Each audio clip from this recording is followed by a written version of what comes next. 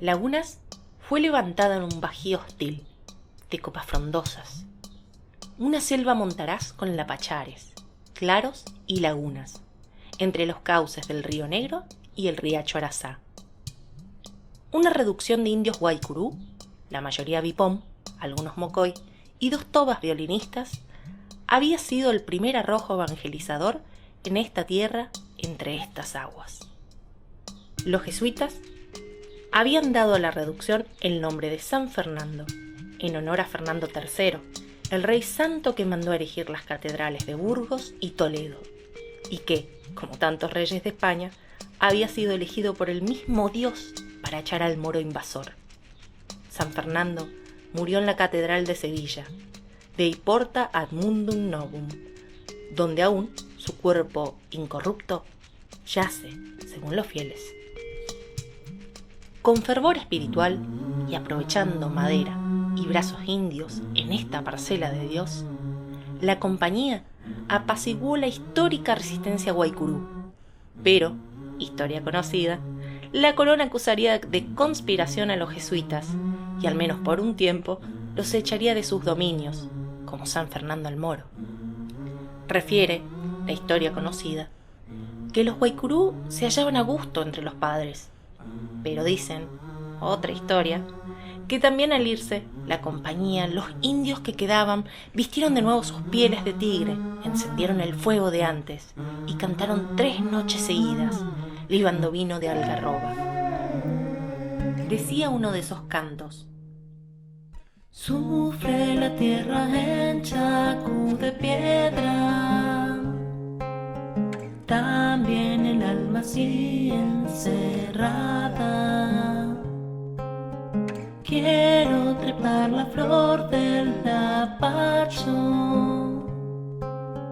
quiero pescar del río, del río.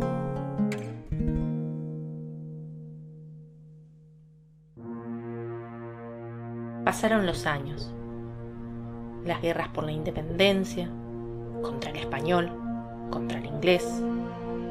Pasaron la banda oriental y los porteños, y la guerra contra el Paraguay. El avance de los ejércitos ejecutaba sus misiones. La pólvora y la inundación se llevaban los muertos. Cierta vez llegó un tal White, irlandés con título de propiedad. Entró en una barcaza de tarde por aquel río Negro. Lo acompañaban 2 blancos de barba, los hermanos Castelo, 2 mulatos y 10 indios. Los Castelo ayudaron a desembarcar. Le presentaron a White unos paisanos suyos y, apremiados por la rapidez con que surgía la noche, desanduvieron los meandros del río Negro rumbo al Paraná para llegar de vuelta a Corrientes de madrugada.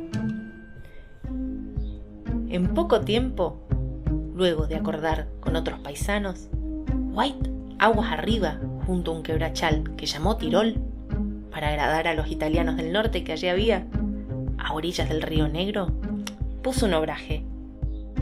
Después de hacerlo producir, aventuró una rebeldía. En su sangre, como si fluyera un antepasado romántico, corrió cierto delirio de altruismo.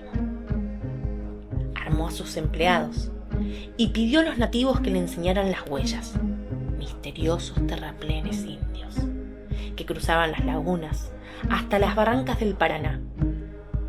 Por su parte, él les enseñó la disciplina del fusil y les predispuso el cuerpo para el combate armado.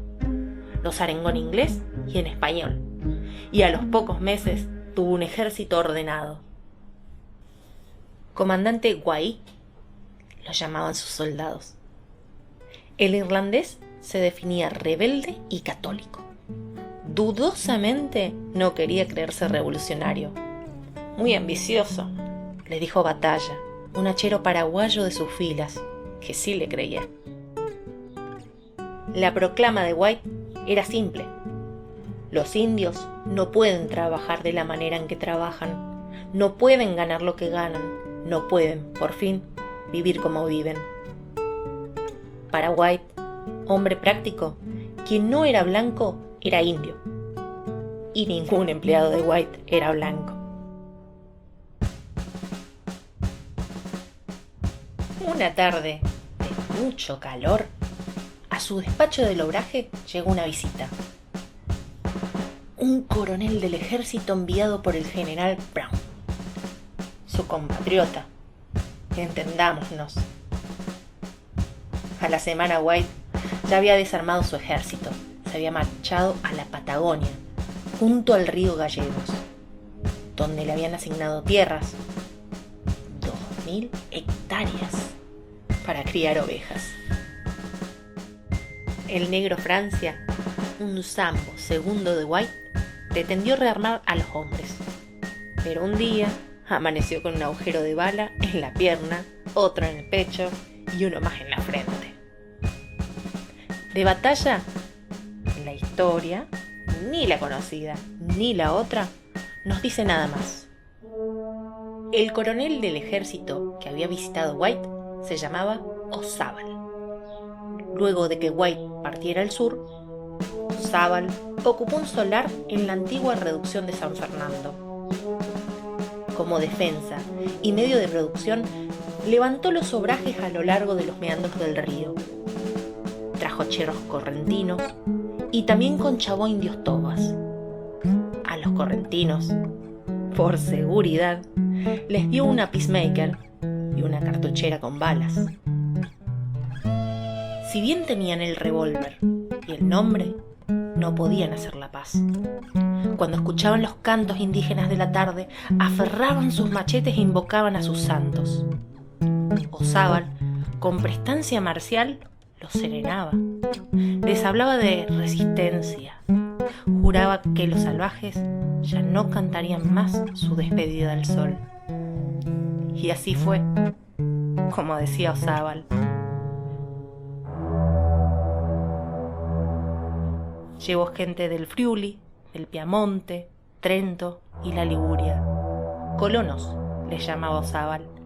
Entraron en las barcazas parecidas a aquellas en las que había entrado White, por ese mismo río negro.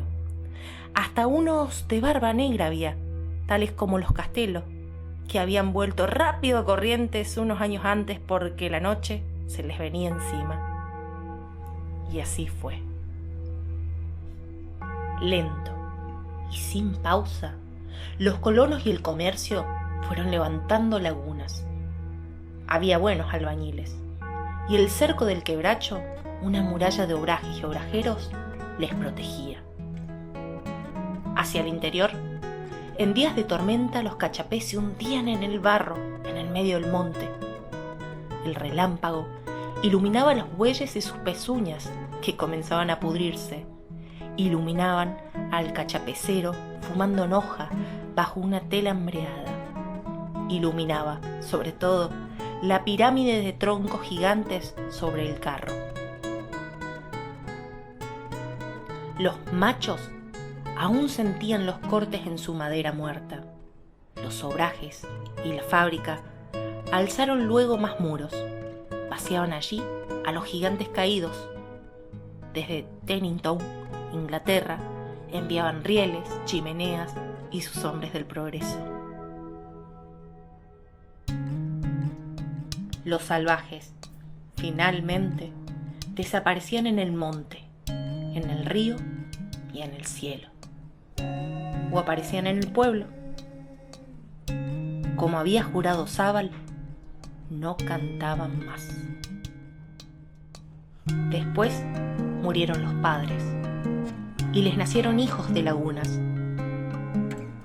Esos misteriosos terraplenes indios que White aprendió y desaprendió a cruzar, y las más de las lagunas están tapadas, rellenadas, ahí abajo, con escombros y tierra hostil. Y sobre ellas, sobre lagunas, esta ciudad que así se llama. Tema: Lagunas, de Germán Parmetler.